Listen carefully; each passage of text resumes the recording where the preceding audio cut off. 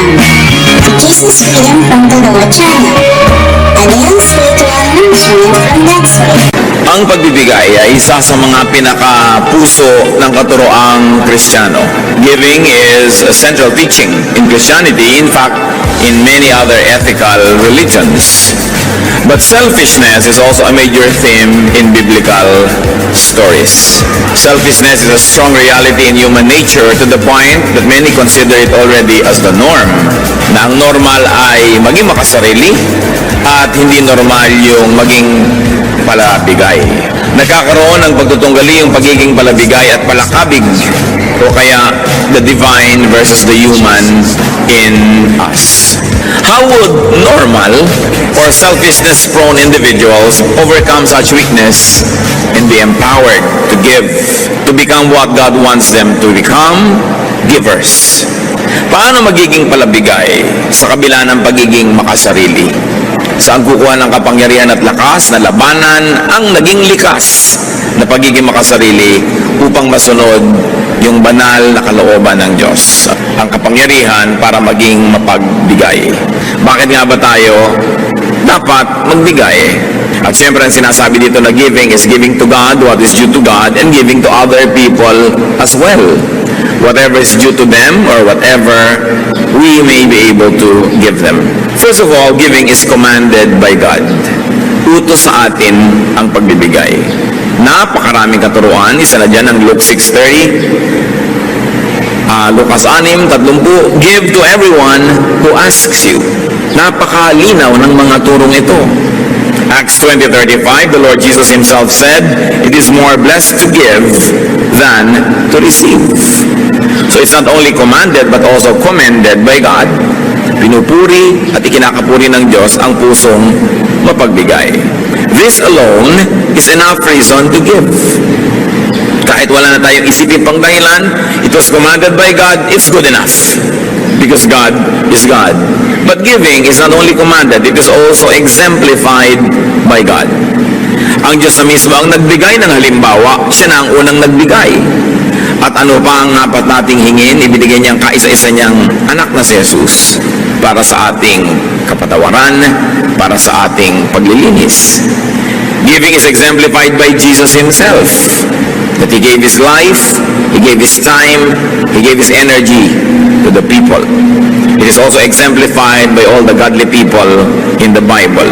Ipinakita, binigyan tayo ng halimbawa.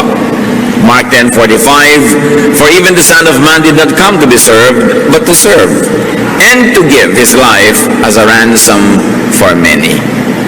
The giving of Jesus, the giving of God, excuses no one from giving. Kung ang Diyos ang mga sa langit, kung si Jesus nga sa lupa nagbigay, tayo pa kaya na lahat naman ng ating tinatangkilik ay natanggap lang naman natin sa Panginoon. Giving is also reflective of God. Ang Diyos ay liwanag. Ang tao parang salamin. Kung maganda ang iyong pag-uri ng salamin, pagtama sa ng liwanag, ang liwanag na ito ay makikita rin ng iba. You reflect the light. Christians and believers, the people of God, are like gems. Gems by themselves don't sparkle. They only reflect the light. And because God is light and God is a giver, we who are mirrors and gems must reflect that giving spirit. The people who don't receive the direct giving from God will experience God's giving through us.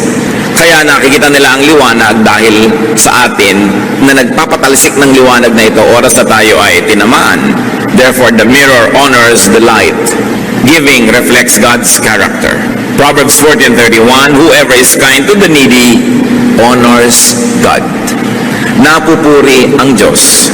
At dapat naman na Diyos ang mapuri. Pag tayo nagbibigay, hindi tayo mismo. Bakit? Sapagkat ang ibinibigay naman natin ay natanggap din natin mula sa Diyos. Hindi naman tayo pinagmumulan. Taga-abot lang tayo. At sa pag-aabot natin, tayo man ay nakikinabang at maraming na ibibigay din sa atin ng Panginoon. Kaya napupuri siya at dapat lang na siya ang mapuri. 2 Corinthians 9:13, because of the service by which you have proved yourselves, men will praise God for the obedience that accompanies your confession of the gospel of Christ, and for your generosity in sharing with them and with everyone else. Kaya napakainam nung palabigay tayo, napupuri ang Diyos. Kung ang damot-damot mo, mapipintasan ng Diyos. Sabihin, ganyan ba Kristiyano? Ganyan ba yung mga born again? Ganyan ba yung mga pa-Bible? Ang damot-damot. Indirectly, napipintasan ang Panginoon. Pero pag kami mga palabigay, sabihin, iba, bakit yung mga yan nagbibigay sa mga hindi nila kilala? Mga nasalanta ng bagyo, mga kung ano, nagugulong sa kalye. Kasi mga Christian yan, napupuri ang Diyos. Kaya isang malaking uri ng pagsamba yung pagbibigay.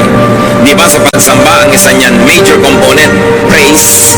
Pero pagka meron kang ginagawa araw-araw na panabigay ka sa kapwa at napupuri ang Diyos, pagsamba yun, kasi praise din yun. Hindi lang sa pagkakaleluya, pagtataas ng kamay, pagtugtog, pagsayaw. Sa pang-araw-araw na buhay, we can do praise and worship. When God is praised and worshiped through our kindness.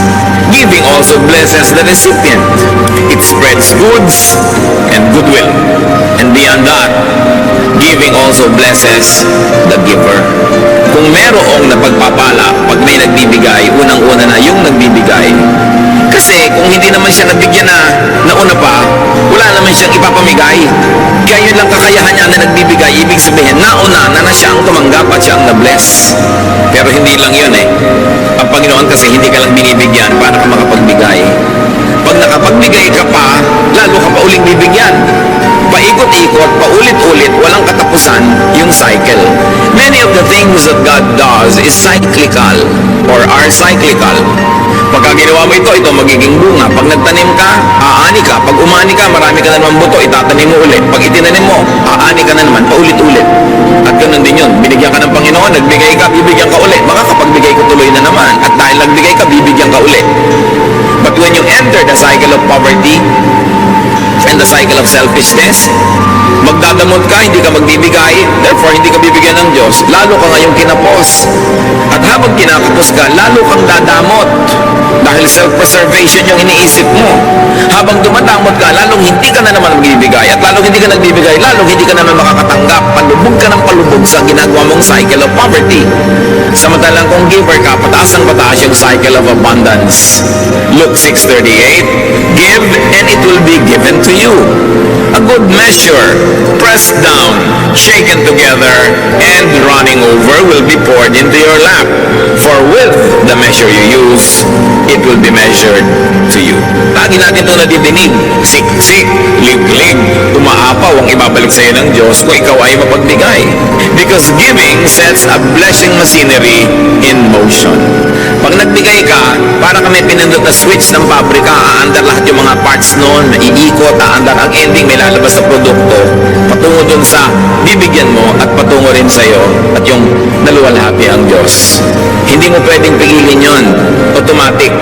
Pag may ginawa kang mali, may itinanim ka, aandar yung makinarya, ang lalabas na bunga noon kaparusahan. Kumisan matagal lang lumabas, akala mo lusot ka na. Pagka naman nagbigay ka, gumawa ka ng mabuti, pinindot mo rin yung automatic switch, aandar din yung makinarya ng Diyos, hindi yung titigil hanggang hindi lumalabas yung produkto. Pagpapala doon sa iyong binigyan, pagpapala sa iyo at kaluwalhatian ng Diyos. Automatic. Kumisan din, matagal lumalik yung gantimpala, akala mo wala na. Tapos sa panahon na gipit ka, nalimutan mo na meron ka palang points, biglang lumalabas yun. Maraming nagpapatotoo niyan. Mga hindi nila inaasahan kung saan nagmumula ng mga blessing. Tapos maalala nila, oo nga pala, somewhere in time, ako ay merong ginawang mabuti. At ang Diyos kasi hindi lumilimot sa ginagawang mabuti. Ang Diyos kasi ayaw niyang may utang siya sa tao. Sino naman tayo para magpautang sa Diyos? Papayag ba ang Diyos na siya may utang sa nilalang lang niya? So oras ay kayo nagbibigay at gumagawa ng mabuti, susuklian niya ng sobra-sobra para at the end of the day, ikaw pa rin ang may utang na loob at hindi siya. Napakasimple ng logic na yon. Hindi papayag ang Diyos na siya itong may utang sa tao. Kaya walang pagbibigay sa kapwa o sa Panginoon ang nakakalugi. Hindi ka papayagan ng Diyos na malugi at mapintasan mo siya dahil yan ang kanyang katuruan. Giving pleases God. Therefore, it opens the door to followership to Jesus. Yung mga iba gustong-gustong sumunod kay Jesus. Tulad ng isang mayamang lalaki, sabi niya, anong dapat kong gawin para makasama sa inyo? Matthew 19:21, Jesus answered, if you want to be perfect, Go, sell your possessions and give to the poor, and you will have treasure in heaven. Then come, follow me. Ang gusto ni Jesus na kasama, mayayaman, pero mayayaman sa mabubuting gawa. Mayayaman sa kawang gawa, mayayaman doon sa mga tinatawag niyang kayamanan sa langit, treasure in heaven. Sabi nitong mayaman, gusto kong sumama sa inyo, ano bang dapat kong gawin? Sabi, pues, ipamigay mo ang iyong kayamanan nang walang maging hadlang sa pagsunod mo. Marami pong tao hindi makakasunod dahil ayaw magpamigay. Pero kita-kita natin dito, ginawa ni Lord na isang requirement, hindi sa lahat ito ha. Marahil na ang taong ito, sobrang din ang pag-ibig sa kayamanan niya na hindi niya pwedeng ibigin ng Diyos kasi sabay, dalawa yung iniibig mo. Pero kung malinaw naman sa iyo na Diyos ang nauna mong iniibig, ngayon nagkataon ka namang mayaman din, hindi naman kailangan ipamigay mo lahat yan. Pero ang point, kung alam mo na ito nang nakakasagabal, naglalayo sa sa Diyos, paano ka susunod sa Panginoon kung may iba kang sinusundan at magkaibang direksyon ang pinupuntahan nun at magkaibang tinig ang tumatawag sa iyo? Malungkot na umuwi ang lalaking iyon kasi hindi niya nabitawan ang kanyang kayamanan. Sayang naman kasi halos 2,000 taon na ang nakalipas. Sasandali lang naman siyang nabuhay. Hindi pa niya ginamit yung sandali na yon para maging masunurin sa Panginoon. Na kung ang hinihingi ng Panginoon sa kanyang pagsunod natin sa Kanya ay maging palabigay, this alone should motivate and inspire believers to give. What about the power to give? Bakit natin tinatawag na power ang nagbibigay? Sino po ang mas makapangyarihang tao? Yung kaya niyang manutok ng baril, bumaril ng kapwa, manakit, mangagaw, mangguska, o yung mapagbigay? Higit na makapangyarihan yung mapagbigay. Bakit? Sapagkat tayo'y likas na mararamot. Tayo'y mga likas sa makasarili. Selfishness is like the power of gravity. It is like the power of distorted natural law. It is the norm. It is what can be expected. Napakasama ng puso ng tao. Genesis 6:5, the Lord saw how great man's wickedness on the earth had become, and that every inclination of the thoughts of his heart was only evil all the time. Nakita ng Panginoon kung paano nahulog ang tao sa kasamaan na wala siyang iniisip kundi ang pagiging makasarili. Bakit ngayon malakas yung nakakapagbigay? Labanan mo yung force of gravity. Tatalon ka sa building pero hindi ka mahuhulog dahil there is so much power, tumataas ka pa nga, yun ang power. Yung mayroong kang gusto mo para sa sarili mo na ibibigay mo sa iyong kapwa, napaka makapangyarihan ka sa tulong ng Diyos. Yung mga magulang na kakainin na lang ibinibigay pa sa anak, napaka makapangyarihan ang kilos ng Espiritu sa ganong puso. Yun ang mga tunay na tagumpay. Yun ang tunay na sinasaluduhan na kapangyarihan. Yung matanggihan ang sarili at mapagbigyan ang kapwa.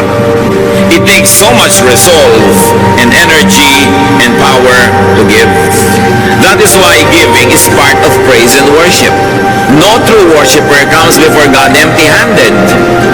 Kahit sa Biblia, sinasabi yun, huwag kayong haharap sa akin na wala man lang bit-bit. Why?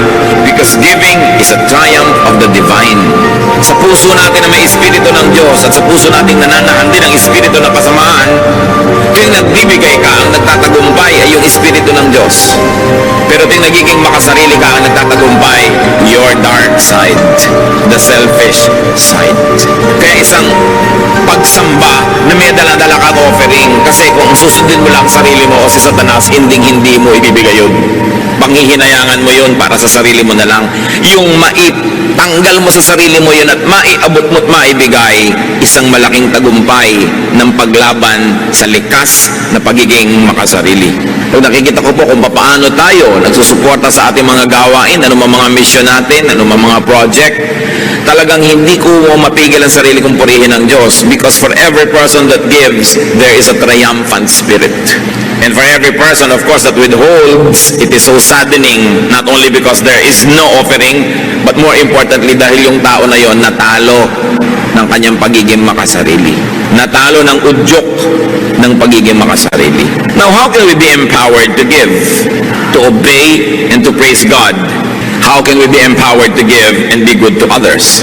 First, need and want less.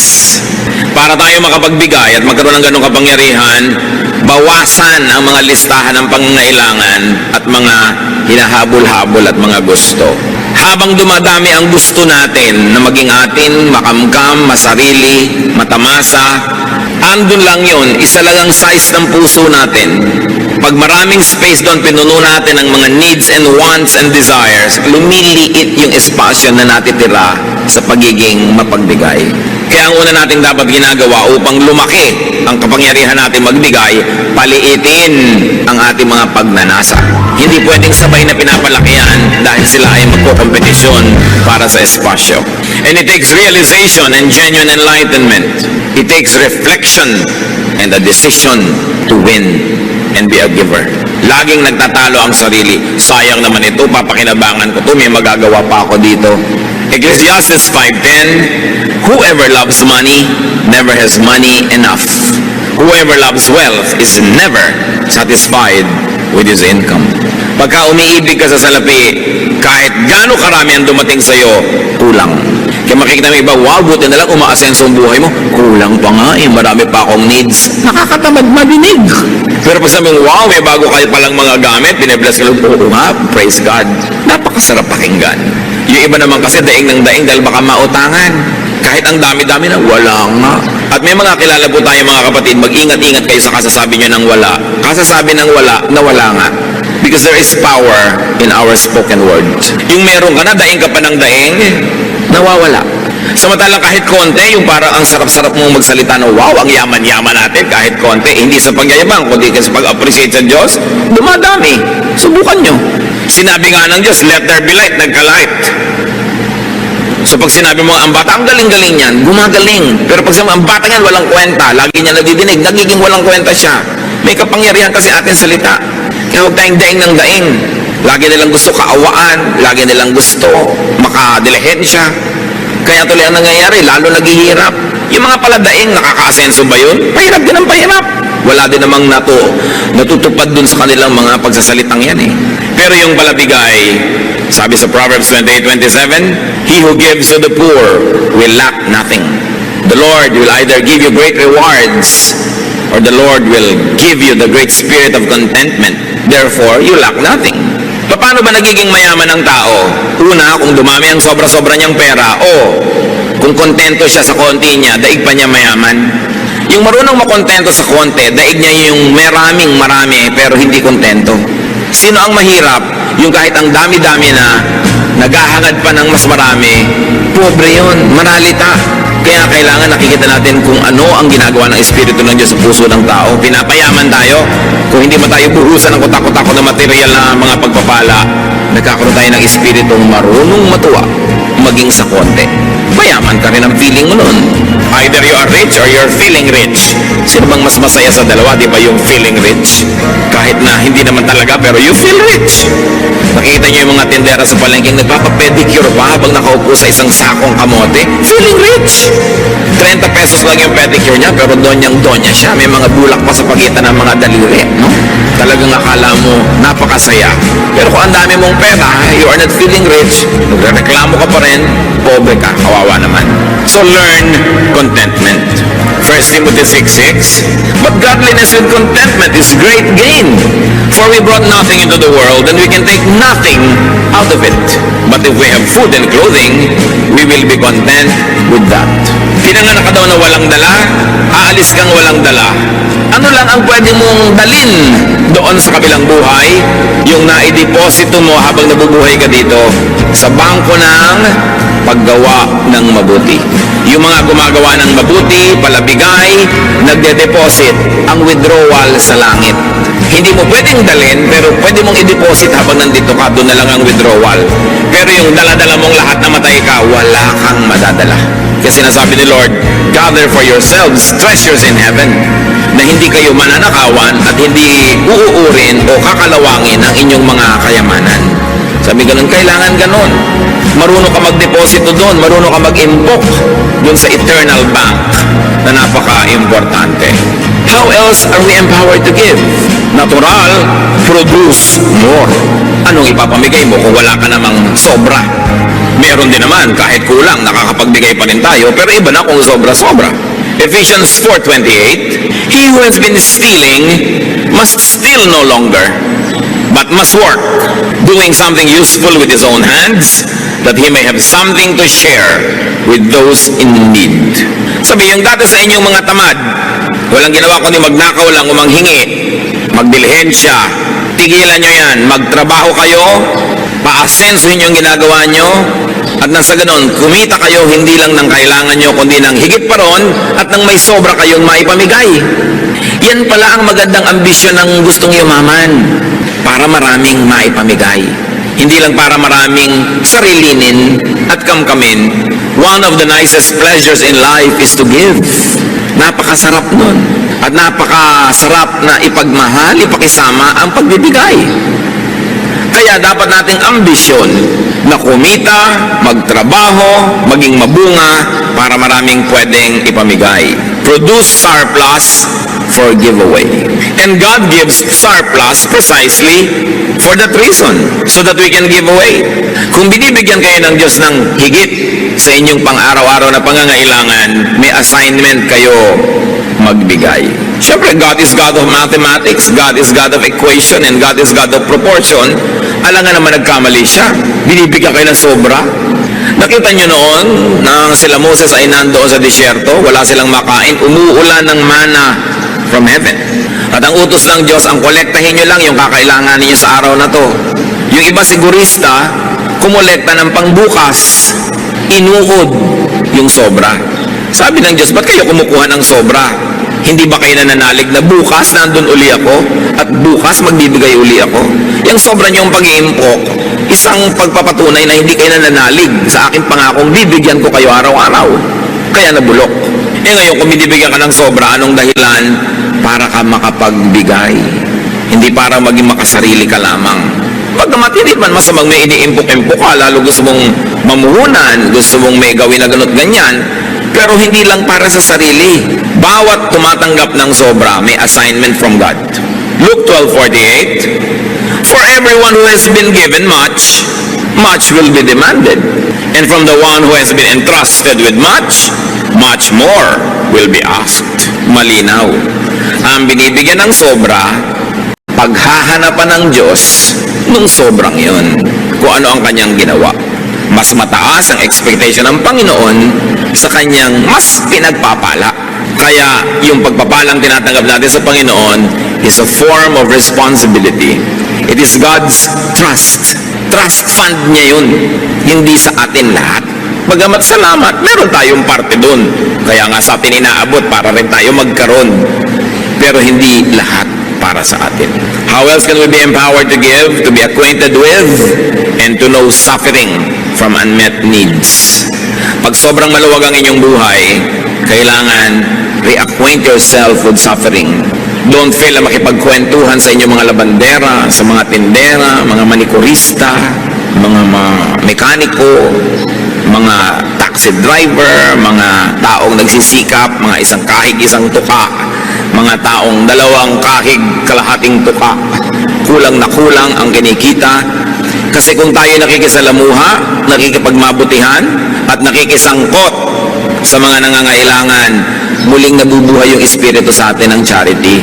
Pagka nakakasalamuha ka sa mga taong konting-konting halaga, napakalaking bagay sa kanila, natututunan mong magbigay ng mga halagang yon at natututunan mong magtipid sa iyong mga luho. Dahil alam mo na ang konting luho ko, malaking bagay na para sa mga sobrang gutom. Pero pag tayo nag-social climb at ang lagi niyong kasalamuha, yung big spenders, yung napakararaming pera at hindi makapagkapwa, sarili ang inaasikaso, gumagastos ng napakalalaking mga pera para sa mga hindi naman mga masyadong kailangan sa buhay. Pag yan ang lagi niyong kasama, kayo'y mamamanhid sa daing at pangangailangan ng mga kapuspalad. At ang gagawin ninyo, makikisama kayo sa kanilang mga paglustay, sisikapin yung kumita ng maraming-marami para lang kayong makasabay sa kanilang mga kaluhuan. Pero hindi tayo dapat maligaw. Tayo ay may pananagutan sa ating kapwa.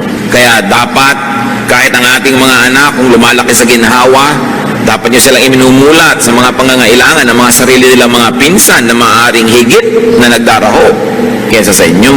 Kailangan silang dinadala sa mga lugar na nakakita silang pagdurusa at hirap para sila'y magkaroon ng malasakit sa kapwa.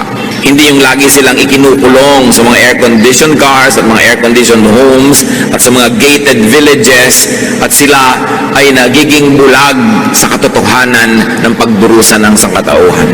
Dapat lagi tayong nagre-reacquaint. Katulad ng Panginoong Yesus, ang anak ng Diyos ay bumaba mula sa ginhawa at luwalhati ng langit para makisalamuha sa mga tao, para maranasan niya ang hirap ng mga tao, at nang sa ganon, hindi lang niya nauunawa sa isip, alam niya sa gawa kung paano makipaglaban sa kasalanan at kahirapan. At dahil ang anak ng Diyos ay nabuhay bilang tao at dumanas ng lahat ng uri ng tukso na salamat na lang at kanya na pagtagumpayan, ano ang naging bunga? Naging mapagtanggap si Jesus sa mga makasalanan, mapagpatawad, maibigin, mapagbigay, mapagpagaling, sapagkat naramdaman niya ang lahat ng hirap. Siya man ipinanganak doon lang sa pakainan ng hayop, sa kahon na nilalagyan lang ng pagkain ng hayop, sa sabsaban. Siya man ay ipinanganak sa bahay ng hayop, hindi sa bahay ng tao. Siya man ay nabuhay sa isang pamilyang ubod ng hirap, sa isang makalumang bayan, sa isang kawawang nasyon na Israel na inaapi ng mayamang Roma. Alam ni Jesus ang pagdurusa, kaya marunong siya magbigay. Kaya ang ating mga kapwa na nanggaling sa hirap tapos yumaman, dapat lumingon. Hindi yung tatalikuran mo na ng todo ang yung paghihirap at ang mga kilala mong mahihirap at pipilitin mo na ngayong makibarkada na lang sa mga mayayamang tulad mo rin naman ay galing din sa pusali at pare-pareho kayo nagpapanggap at nagbubulag-bulagan sa mga pangangailangan ng iba. Dapat na yun ang galing sa hirap ang mas mabuti sa mahirap. Kaya ito naman ang ginagawang pang-uutos sa atin ng mga politiko. Lahat galing sa hirap. Pero makikita ba natin talaga sa mga ginagawa nila ang malasakit ng mga mahihirap, libre na lang kung oras ng eleksyon. Pero ang totoo nun, meron silang pinefake kasi ang katotohanan, pag galing ka sa mahirap, you're qualified and you're empowered. At yung galing talaga sa mayaman, kahit naman siguro pa paano may kamag-anak ka rin mahirap, alam mo rin kung paano maging mahirap, dapat huwag tayo maging bingi. Ang Panginoon sa Hebrews 2:18 dinescribe, because He Himself suffered when He was tempted, He is able to help those who are being tempted. Dahil siya nakaranas ng mga panunukso, mabait siya sa mga nagkakasala at sa mga natutumba at nabubuwag. Dahil siya lang naman tong nanatiling nakatayo kahit natukso.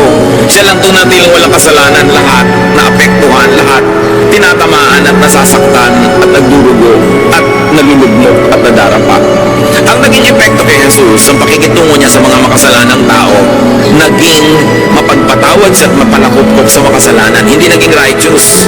Ngayon kung lagi ka lang nasa seminaryo, nasa loob ng simbahan o opisina ng simbahan, nasa mga toreng garik at mga tore ni David na ang tataas, relihiyosong-relihioso ka, ano nagiging bunga? Lalo ka ngayong mapaghusga, lalo ka mapagmataas at hindi ka makapagpasensya sa nagkakamali. Hindi yan ang example ni Jesus. Ang example niya, naunawa niya na mahirap magpakabanal, maging yung babaeng babatuhin dahil nahuli na sa akto ng pangangano niya, sinanggahan pa niya. Pero sabi niya, sin no more. Naintindihan niya. Kaya tayo na mag-aral lang salita ng Diyos, ang dapat nagiging bunga, naiintindihan natin yung kinakapos, hindi hinuhusgahan natin sila. Christians are a very peculiar people. We kill our wounded. Mabuti pa kumisan yung mga rebelde, yung mga kasama nilang nababaril, binubuhat. Tayo, pag may Kristiyanong nabaril ng kaaway at nasugatan, niyuyurakan, pinagchichismisan, pinagpipiestahan. We kill our wounded. This is not the example of Jesus. The example is to be acquainted with suffering and weakness so that we can help those who suffer and those who are weak. Kaya kailangan maging matulungin. Pero hindi yan lahat eh. Kumisan ang nananaig lang sa atin yung ating dark side, but we have a bright side. Genesis 1:27, God created man in His own image. Merong bahagi ang Diyos na nabubuhay sa bawat puso ng bawat nilalang. We can be godly. We can be giving. If only we will allow the godly side to triumph. That's why giving by itself is the triumph of the godly side over the dark side. How else are we empowered to give? Know and understand yourself. Understand your position in God's economy. Sino ka ba talaga? Anong papel mo dito sa mundong nilikha ng Diyos? At ang lahat ng taong malinaw ang pag-iisip, we will realize that you are just a recipient of God's kindness. You are just a recipient of God's grace. Therefore, you are to be a channel of that same kindness and grace. Tumatanggap lang tayo. Kuminsan sa tagal mo at dami ng tinanggap, nakakalimutan na natin yung akala natin tayo na nga yung hero, tayo na nga yung great. Pero tayo tumatanggap lang. At dahil doon, meron tayong pananagutan sa nagbibigay. Luke 14:13 to 14. But when you give a banquet, invite the poor, the crippled, the lame, the blind, and you will be blessed. Although they cannot repay you, you will be repaid at the resurrection of the righteous. Sasabihin ng mga tao, Pastor, yung po ba mga Christian nagdedebu? Yung po ba mga Christian naghahandaan? Yung po ba mga Christian nagpa-party? I say, yes, lalong dapat. Kasi mga anak tayo ng Diyos, dapat natin pagdiwangan Diyos. Pero may pagkakaiba. Ang Kristiyano nagpa-party, nagluluto at naglalaan ng isang bahagi ng kanyang handa, ipinapakain niya sa mga kapuspalan na nandun sa mga lansangan. Ang mga Kristiyano at anak ng Diyos na naghahandaan, nagsasaya, laging may bahagi para ipamigay. Kasi mahirap naman yata sundin yung mga hindi nyo kilala lahat ng sinasabing poor, crippled, lame, blind nasa party nyo, di ba? Kahit gaano kayo kabanal, hindi naman siguro kayo sobrang mag-enjoy, ang daming hindi nyo kakilala. So anong gagawin nyo? Ipadala nyo yung dapat nyo ipakain. Kung saan man sila naroon? Mga Kristiyano na isang buong pamilya kakain sa restaurant, ang dami-daming kinain. Why don't you order 2 or 3 dishes at ibigay nyo sa mga waiter na nag-silbi sa inyo? Iuwi naman nila sa pamilya nila, makapag-party rin sila kahit man lang pansit. Yun ang pinagkaiba. Ang mga Kristiyano kasi, may pagkakaiba, bagamat pare-pareho tayo ng ginagawa, meron ka laging kaibahan. At ano yun, ikaw'y palabigay. Kahit pa nga, hindi naman sobra. Sabi ni Job 1:21, naked I came from my mother's womb, naked I will depart. So don't take it all, and don't hold on too tightly. Huwag masyadong mahigpit ang hawak. Ang totoo niyan, dahil tayo makasalanan, we don't really deserve all the good we receive. We don't really deserve all the good we desire. Romans 3:12, all have turned away. They have together become worthless. There is no one who does good, not even one. So what is a great lie or kasalanan? That you deserve the good life. What we deserve is hell. Yan ang totoo nun. Dahil patuloy tayo nagkakasala at kinakapos. Kaya mga advertisement ng maluluhong mga bahay, kondo, maluluhong mga salon, spa, laging, you deserve the good life. Scientific ang mga advertising, ha? Ba't nila sinasabing you deserve? Kasi maraming kliyente, pag gumagastos ng marami talaga, nagigilty. Kaya para talikuran mo na yung guilt mo, sige na, gumastos ka na, you deserve it. Paulit-ulit yon. The life you deserve. The home you deserve. Di ba? Katulad ng mayamang lalaki na akala niya siya na talaga ang hero kung ba't siya yumaman sa Luke 12:19. Matapos siyang ang daming inani, inipon niya, nagdagdag pa siya ng mga bodega, and I'll say to myself, you have plenty of goods laid up for yourselves for many years. Take life easy, eat, drink, and be merry. Pero siya itinuwid ng Diyos. Sabi ng Lord, you fool, that's not the way. Not just because you work so hard, you have already earned it. The lie that we deserve good things desensitizes us to want, to get, and to waste more. Yung I deserve it naman eh. I work so hard, so I deserve this. We are not really that good. Kuminsan dumadating sa'yo ang daming pagpapala, ang daming mga material blessings, maraming success. Dapat mong huwag makalimutan, pinagpapala ka lang. O tulad ng sinasabi ni Solomon, well, sinuwerte ka lang, huwag ka maniwala na ikaw talaga lahat ang dahilan kung bakit ka matagumpay. Sabi niya sa Ecclesiastes 9:11, I have seen something else under the sun. The race is not to the swift or the battle to the strong, nor does food come to the wise, or wealth to the brilliant, or favor to the learned, but time and chance happen to them all. Yan, naobserbahan ko yan. Hindi naman lahat ng mabilis tumakbo na nanalo sa karera. Hindi naman kung matalino ka, ikaw ang may kakaining masarap. Hindi kung ikaw ay matalino, yayaman ka. Sabi ganon, tsamba-tsamba kumisan. Panapanahon, swerte-swerte. Time and chance happen to all. At lahat sa atin na nagtagumpay at patuloy na nagtatagumpay, alam nyo, ang laki ng element ng chance. Kung hindi man chance, well, binless kayo ni Lord, pinlano niya. Pero kung hindi, sabi ni Solomon, hindi ka naman nanalo dahil ikaw yung pinakamagaling eh. Hindi minsan nga, ikaw yung nakukuha. Kahit yung offer mo, hindi pinakamaganda. Sabi ko, nagkakataon. O kung hindi man nagkataon lang, talagang Diyos ang may bigay, lalong dapat ka maging humble, huwag ka maging mayabang. Sasabihin mo, I deserve this. Dahil hindi naman lahat ng nagsisikap umaasenso Hindi lahat ng nagtatrabaho ng mabuti, nagkakaroon ng mga reward agad. May X factor yan na hindi natin alam that should keep us humble. Hindi ko man nag-top ka sa board o sa bar, ang galing mo, nagkataon na yung pinag-aralan mo, yun ang natanong. Hindi naman ka bumagsak ka, hindi ka na marunong, ang dami-dami mong alam, yung pag hindi mo alam ang naitanong-tanong. Maraming ganyan. Kaya kailangan talaga lagi kang umaasa sa pagpapala ng Diyos. And that we should always be humble, we must be less and less selfish. Everything good that you have came and comes from God. Ecclesiastes 5:19, God gives man wealth and possession and enables him to enjoy them. This is a gift of God. Regalo. James 1:17, every good and perfect gift is from above, coming down from the Father. So a realistic, humble, and grateful attitude necessitates and empowers giving.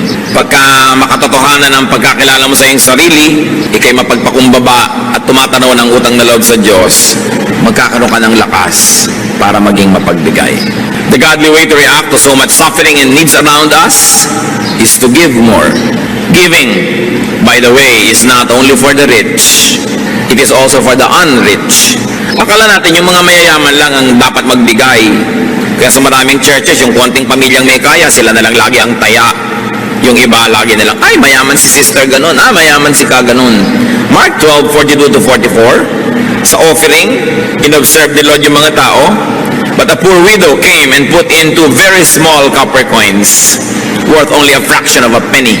Calling his disciples to him, Jesus said, I tell you the truth, this poor widow has put more into the treasury than all the others. They all gave out of their wealth, but she, out of her poverty, put in everything, all she had to live on. Binibilang pala ng Panginoon yung mga hinuhulog ng mga tao doon sa offering box. Siyempre, yung mayayaman, yung mga supot nila ng mga punong-puno ng mga silver, mga gold, mga coins, pag lumaglag yun doon sa loob, ang lakas ng tunog. Meron isang babaeng ubod ng hirap, balo, naglaglag lang siya ng 2 pagkanipis-nipis na barya. Siguro manipis pa sa pinipig. Wala man lang tunog. Pero sabi ni Jesus, kita niyo yung babaeng yon? Yan ang pinakamalaking donor ng church na to. Ha? Ang liit nga ng binigay. Bakit siya ang pinakamalaking donor? Lahat binigay niya, wala nang natira sa kanya. Ang binibilang pala ng Panginoon, hindi yung inilagay mo, kundi yung natira pa sa'yo, matapos kang maglagay. At doon nakabase sa kanya kung sino ang biggest donor. Nakikita natin, giving is not only for the rich. Giving is for everybody. From each according to ability. That is how it should be. So you can give from your own neediness. Hindi yan excuse. Nung nagkaroon ng kontribusyon ng mga churches all over the known world, pati yung mga poor churches, akala nyo exempted? Hindi. Merong isang super hirap na church na puri masyado. Kasi hindi siya nagpa-exempt dahil mahirap siya. Siya pa ang nagpilit na isali siya sa mga magbibigay sa pangangailangan. 2 Corinthians 8:2. And now, brothers, we want you to know about the grace that God has given the Macedonian churches. Out of the most severe trial, their overflowing joy and their extreme poverty welled up in rich generosity. For I testify that they gave as much as they were able and even beyond their ability. Sabi ni Paul, alam nyo yung mga churches sa Macedonia, sa kabila ng kanilang sobrang mga kagipitan, lalo namang nag-umapaw ang kanilang pagiging mapagbigay. Sa tingin ko, pinakamayaman sila sapagkat sa kabila ng yon, lampas pa sa kaya nila, ginawa nila. And up to now, we are talking about these Macedonian churches. Meanwhile, while giving is not only for the rich to do, giving is not only to the poor. Ang pagbibigay, hindi lang para sa mahirap. It is also to the hardworking, to the enterprising, the productive, and the fruitful. Lagi nating nire-reward ang poverty. Every politician likes to give to the poor. Kanino nila kukunin yung ibibigay nila to the poor? Di from the middle class. Ang bigat naman ng bayan na ito, pasan-pasan ng napakakonting middle class dahil sobrang mayayaman, yun nga ang mga lumulusob sa mga bangko ng gobyerno at kumuutang ng mga pera ng bayan. Yung mayayaman nga ang napakagagaling magpalusot sa pagbabayad ng buwis. Yung maliliit nga manggagawa, kinikita palang buwan-buwan, binabawas na ang kanilang taxes, withheld. Yung mayayaman, at the end of the year pa yan sisingilin, ang gagaling ng mga abogado, yan ang nagpapalusot pa, samantalang sila itong umuutang at namumuhunan galing sa pera ng bayan. Kasi sila itong may mga koneksyon. Anak nila ang mga congressman, pinsan nila ang mga senator, sila ang lumulusob sa kayamanan ng bayan at gumagamit ito. Pero sila ang number 1 tax evaders. Daig nila ang mahihirap sa tax evasion. Promise. Kaya nga ang yayaman eh.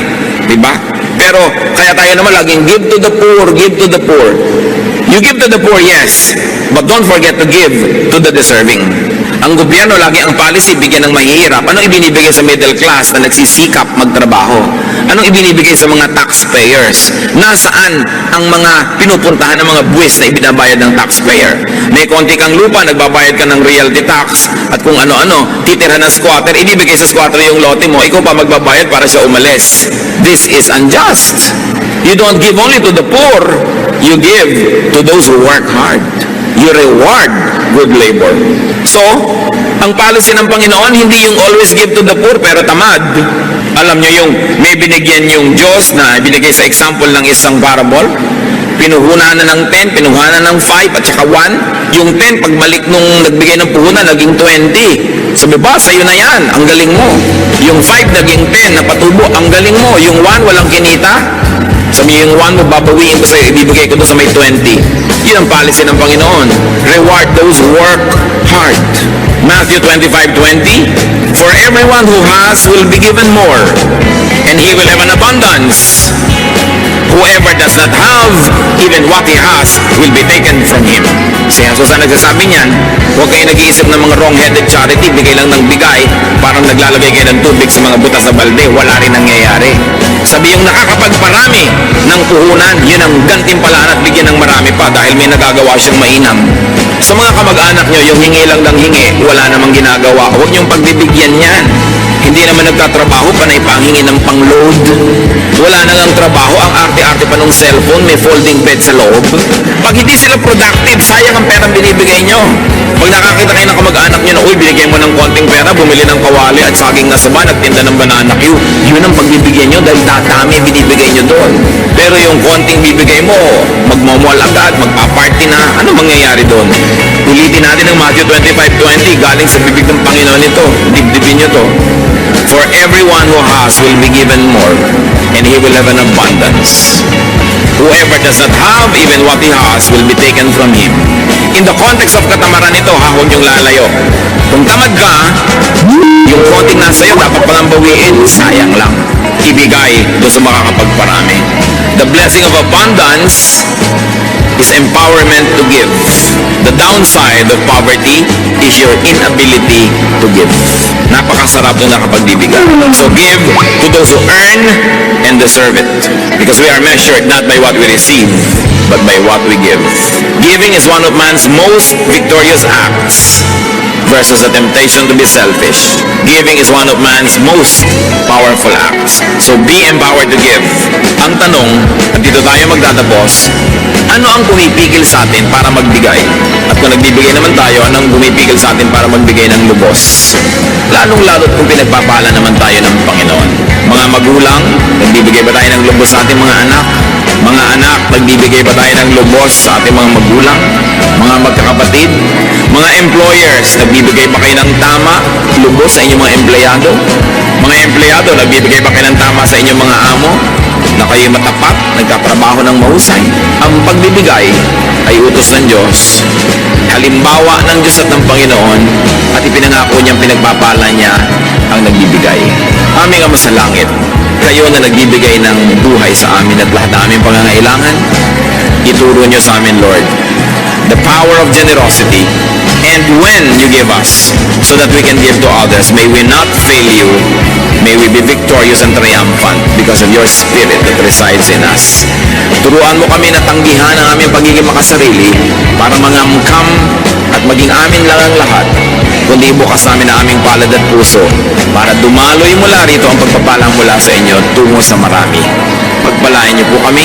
Mga kapatid, pagbulay-bulayan natin sumandali sa katahimikan kung ano-ano pa ang mga kahulugan ng mga paalalang ito sa ating buhay. Ating buhay. Ating buhay.